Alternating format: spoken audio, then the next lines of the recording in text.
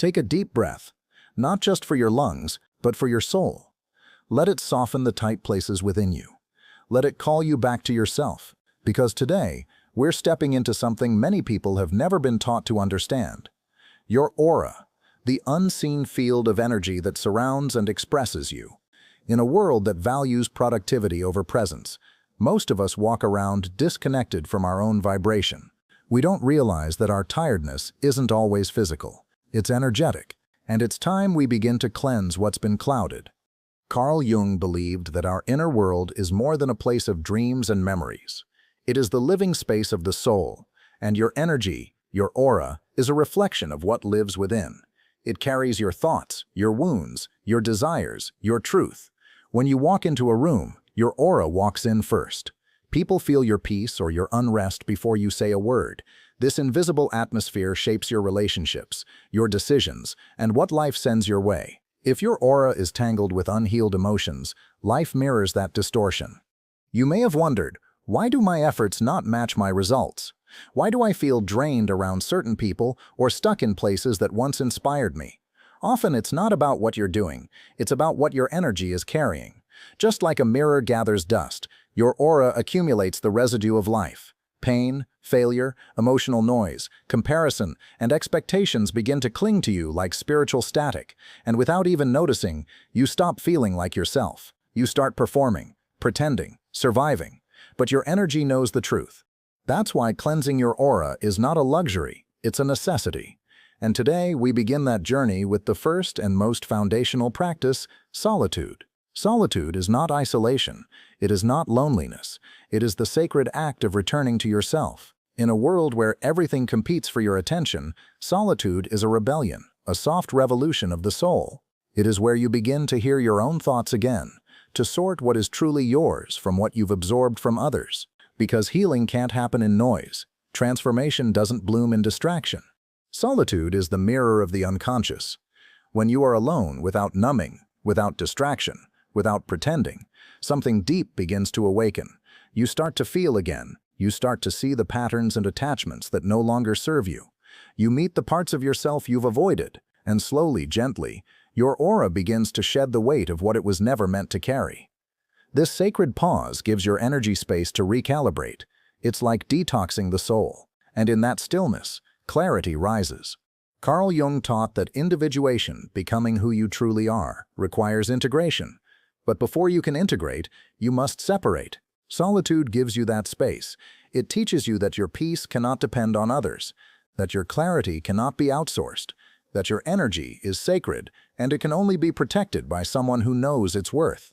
So if you've been feeling scattered, heavy, off balance, don't look outward, retreat inward, not to escape the world, but to return to the only place healing begins, within. Way 2. Let go of what no longer serves you. There is a quiet kind of pain that lingers, not in what we've lost, but in what we refuse to release. So much of our energetic heaviness comes from holding on to relationships, identities, memories, and habits that have outlived their purpose. Carl Jung spoke of how our attachments to the persona, the roles we play for approval or safety, can become prisons, and yet we cling. We tell ourselves that it's normal to carry the weight of guilt, resentment, or false loyalty. But what's familiar is not always what's healthy, and the soul knows this. Letting go is not about abandonment, it's about transformation. It's not about cutting ties in bitterness, it's about opening space for something purer to arrive. Energetically, the more you cling to what's expired, the more you dim your aura.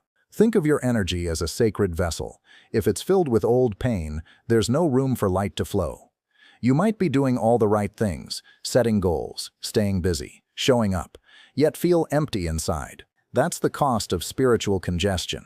It's not that you're broken, it's that you're full of what no longer fits your becoming.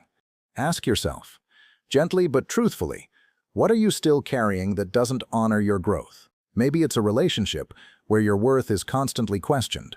Maybe it's a job that feeds your fear but starves your purpose.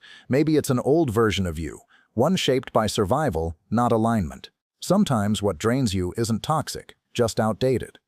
And yet we hold on because letting go feels like failure. But the real failure is staying small in the name of comfort.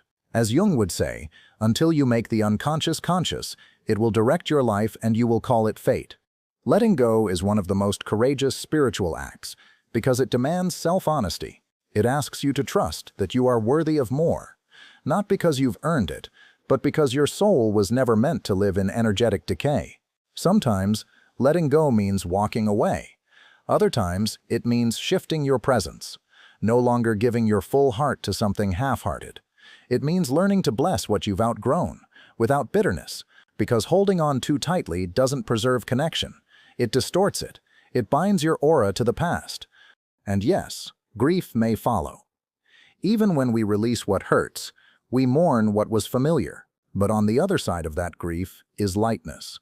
It's the feeling of breathing deeper, thinking clearer, standing taller. Your energy begins to rise again. Your decisions feel cleaner. Life starts flowing instead of resisting. Because once your aura is free from entanglements, it becomes magnetic, not just to people, but to clarity, purpose, peace. And this magnetism is not effort, it's alignment. It's the quiet power that comes from a spirit no longer trying to force what was never meant to stay. Letting go is not a one-time event. It is a daily invitation to shed what doesn't nourish you. And with each layer you release, your true self begins to emerge, not the self shaped by fear, but the one formed in truth. So today, reflect with compassion. What do you need to release to return to yourself? What weight have you carried long past its season? Because your aura is not just your shield, it's your story. And you deserve to write the next chapter with clean hands, an open heart, and an energy field that finally feels like home. Way 3. Protect your energy from negative influences. There is a sacred truth many people ignore until they are already drained. Not everyone deserves access to your energy. We often think love means openness, that compassion requires constant availability, and that kindness demands self-sacrifice. But Carl Jung warned of the shadow, the hidden aspects of our psyche, that when left unchecked, shape our boundaries through guilt instead of wisdom. And if you're not mindful, the open gates of your spirit become entry points for chaos. Your aura, that energetic field around you, is porous. It absorbs, reflects, and transmits the emotional vibrations of everyone you interact with. Every conversation leaves an imprint. Every environment plants a seed. Some people light your spirit. Others subtly siphon your peace. And sometimes, the most dangerous energy isn't loud. It's familiar. It comes from those who smile while slowly unraveling your confidence. It comes from thoughts you mistake as your own, but which were planted in fear or criticism long ago. To protect your energy is not to isolate yourself from the world. It is to become aware of what enters your energetic field and why. Do you leave certain rooms feeling heavier than when you walked in? Do you find yourself shrinking around particular people, doubting your instincts, questioning your worth? These are not personality flaws. These are energetic warnings. And just as you wouldn't let someone dirty your home, you must not allow anyone to distort your inner sanctuary. Carl Jung believed that wholeness requires discernment, that becoming conscious means not only understanding ourselves, but also what influences us. Protecting your energy is spiritual hygiene. It means learning to say no without shame. It means filtering what you consume, not just food, but media, conversations, even your own thoughts. It means choosing stillness over gossip, silence over reaction, truth over appeasement. Because every time you choose your peace, you strengthen your field. And this boundary is not rigid. It's wise. It allows you to love others without losing yourself. It teaches you that empathy without protection becomes erosion. You can care deeply and still choose distance. You can forgive and still walk away. The most powerful aura is not the one that absorbs everything. It's the one that radiates truth while refusing to carry what isn't aligned. This is not selfishness. It is self-respect in spiritual form. So start noticing. What shifts your mood? What dims your light? Who leaves you doubting instead of rising? Protecting your energy is not about building walls. It's about building clarity. Because when your aura is clean, you begin to attract from a place of strength, not survival. And that is where transformation truly begins, when you stop offering your light to things committed to dimming it. Way 4.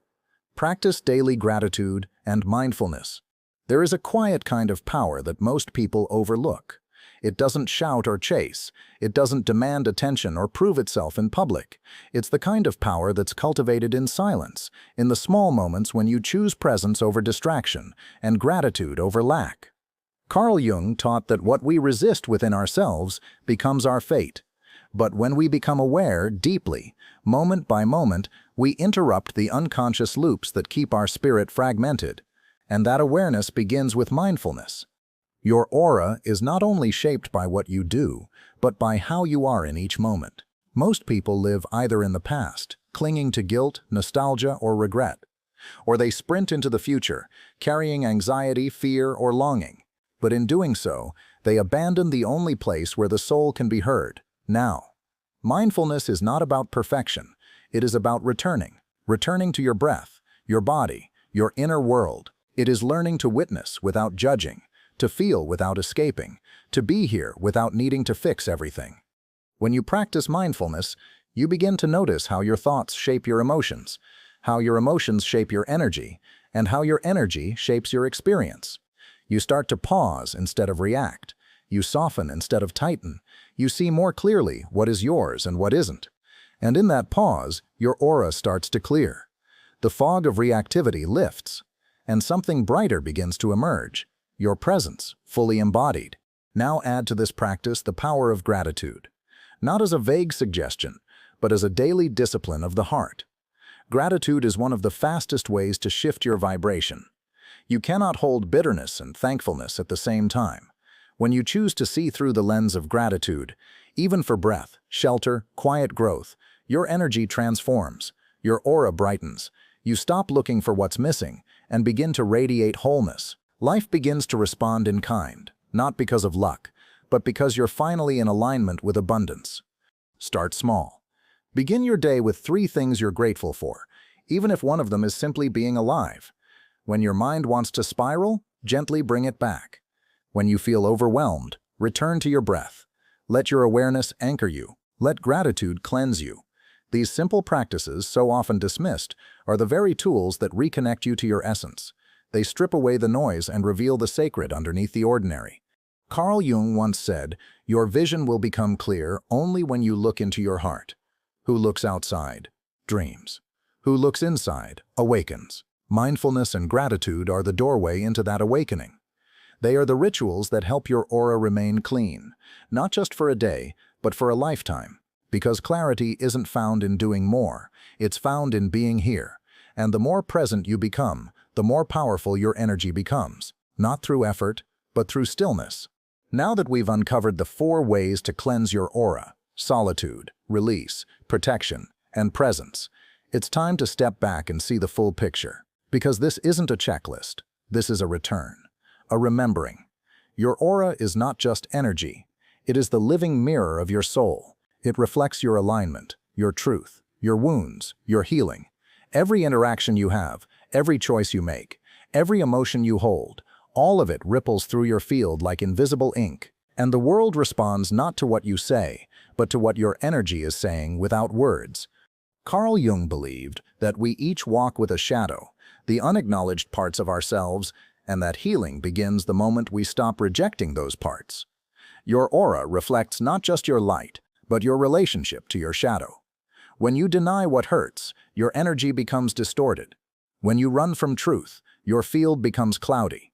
But when you integrate, when you allow both pain and purpose to coexist, your aura becomes whole. Not perfect, whole. And there is nothing more magnetic than wholeness. Look at the practices we've explored. Solitude teaches you to return to your own voice. Letting go clears the debris of old emotional entanglements. Protection draws a line around your peace, and gratitude awakens your presence. Each one is a ritual of self-honoring. Each one is a declaration that your energy is sacred. You don't need more advice. You need more stillness. You don't need to become someone new. You need to become someone real. When you begin to live from your center instead of your fear, the world shifts around you. Relationships recalibrate. Opportunities begin to reflect your worth instead of your wounds. You stop chasing what was never meant for you and begin attracting what vibrates with your truth. And that's not magic. That's energy. That's resonance. Your aura is a tuning fork. It will always call in what matches your internal frequency. So if your life feels chaotic, unclear, or unfulfilling, begin not by fixing, but by clearing. So few people understand that healing doesn't always come through addition. Sometimes it comes through subtraction, through the quiet shedding of what isn't yours, through the decision to no longer participate in your own depletion. You don't need to be everything for everyone. You don't need to explain your light to those committed to misunderstanding it. You simply need to stand in the truth of your own frequency and let your aura speak. Because when your energy is clean, your presence is undeniable. And when your presence is aligned, your path becomes illuminated. Not all at once, but moment by moment, through clarity, peace, and quiet power. This is the journey Carl Jung pointed us toward. Not a life of external mastery, but of deep internal coherence. And it begins when you finally choose to honor your inner world as the sacred place it truly is. There's a quiet shift that happens when your aura begins to clear. And no, it doesn't always come with fireworks or applause. But you feel it, in the way your breath deepens without trying, in the way your shoulders release tension you didn't know you were carrying, in the way certain things that once pulled you into reaction now pass through you like wind. Carl Jung taught that the psyche reorganizes itself when brought into awareness, and that awareness begins to bloom once your energy is clean. One of the clearest signs of a cleansed aura is emotional neutrality. Not indifference, but steadiness. You stop riding the waves of everyone else's moods. You stop taking on pain that isn't yours. You begin to discern what belongs to you and what never did. Your nervous system slows down. You stop clinging to outcomes and you begin to trust your responses. Peace becomes less of a goal and more of a state of being. It lives in your body now, not because life is perfect, but because you are present. You'll notice other shifts too. People who once drained you no longer hold power. Environments that once felt heavy lose their grip. Your decisions become cleaner, not because you've learned some secret, but because you've finally cleared the noise that blocked your intuition. Jung would call this individuation, the process by which you become an integrated whole, led not by outer approval, but by the compass of your inner truth. And when you live this way, your energy field naturally repels what isn't aligned. Your aura starts working for you, instead of against you. You attract opportunities that match your healed state, not your survival patterns. You draw in people who nourish rather than extract. You begin to create, not to prove, but to express. And this expression carries a power that no mask could ever imitate. It's raw, grounded, sacred. It's the energy of someone who has met themselves in the dark and chosen to walk in light anyway. Living from a cleansed aura is not about spiritual performance. It's about spiritual presence. It means you no longer need to force what flows. You don't have to fight for recognition or overextend to be loved. Your very being, your clarity, your calm, your wholeness, becomes the magnet. The healed aura doesn't chase, it attracts. It doesn't collapse, it contains. And this kind of quiet, rooted energy is what transforms lives around you, not through words, but through resonance. So, if you've been wondering whether the inner work is working, look at your energy. Are you less reactive? More grounded? Do you feel drawn to truth rather than noise? If so, you are rising. If you feel peace in your solitude, strength in your boundaries, clarity in your letting go, and reverence in your daily presence, then your aura has begun to reflect the truth of who you are. And that truth is light. You've walked through solitude. You've released what no longer serves. You've learned to protect your energy and return to gratitude and mindfulness. These aren't just practices. They are doorways. Doorways into a new way of being. What began as a desire to clean your aura has become something deeper, a sacred return to your inner authority. Carl Jung once said that healing is not about becoming perfect, but about making the unconscious conscious, and now you're more awake than you've ever been. But healing doesn't end with a single breakthrough. This work continues in the small, consistent moments, the way you greet yourself in the mirror, the choices you make when no one's watching, the things you choose to believe about your worth. Your aura doesn't stay clean by accident. It stays clear through devotion, through the daily decision to not allow the world to dictate your value, through the gentle refusal to abandon yourself for approval, attention, or false belonging. There will still be noise. There will still be people who misunderstand your silence, mistake your boundaries for coldness, and question your peace. Let them. Your energy is no longer available for distortion. You've spent too long giving away pieces of your spirit in exchange for crumbs of validation. That cycle is over. Now your presence is sacred space, and sacred space must be honored by you first, and by others as a result. When you live in alignment with your soul, something beautiful happens. Life begins to meet you differently. The universe no longer tests your worth. It mirrors your wholeness. You stop seeking signs and start becoming the sign. People feel your frequency before they know your name, and not because you're performing, but because you've finally remembered who you are beneath the noise, a vessel of clarity, peace, light, and deep inner wisdom. The real power of a cleansed aura is not in how others respond to you, but in how you respond to life. You become less reactive, more reflective. You stop running from discomfort and start listening to what it's trying to teach you. Your boundaries become sacred geometry, not rigid walls, but intentional edges that define where your energy ends and the world begins. And in that clarity, you rise, not above others, but above the old version of you that once settled for less. So protect your peace like it's holy, because it is. Your energy is not random.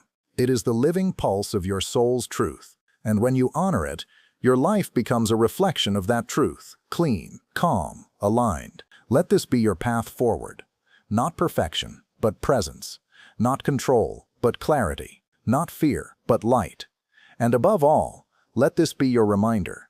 When your aura is clear, your purpose becomes unstoppable.